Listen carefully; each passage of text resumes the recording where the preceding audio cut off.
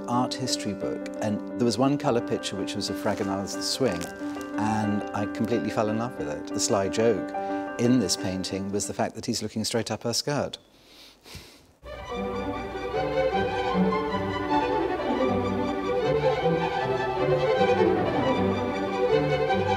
As well as being total eye candy, I think the Wallace collection has got a poignancy because most of the work in here is essentially optimistic, and that's something that I try and capture in my work. But at the same time, there's always a sense of balance in the universe, and there's something which is a little bit sad because it's too sugary. There's an element which is a little triste. My first visit to the Wallace collection was a long time ago. We had to come here when we were students at St Martin's and come and draw the fabulous paintings. Most people stayed about 10 minutes and then went to the coffee bar or the pub, but I actually stayed for the rest of my life.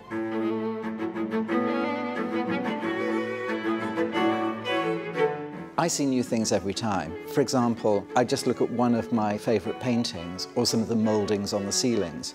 I'd look at those sea scrolls and see how they're worked, see the interplay of light on the gilding, and that's new every time I look at it. Every 5 seconds it's new. Every time it's inspirational. It's quite a weird place for me to be. It's such an onslaught of information. I always feel slightly humbled by the fact that I can't take it all in. I want it all. The humour, the insolence, the coquettishness, all those things that I want to put into a hat. And to make that hat very lively and fresh is something which is so contemporary about these paintings. I mean, it is my aesthetic.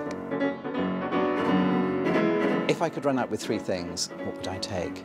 Well, it would have to be a painting, the swing.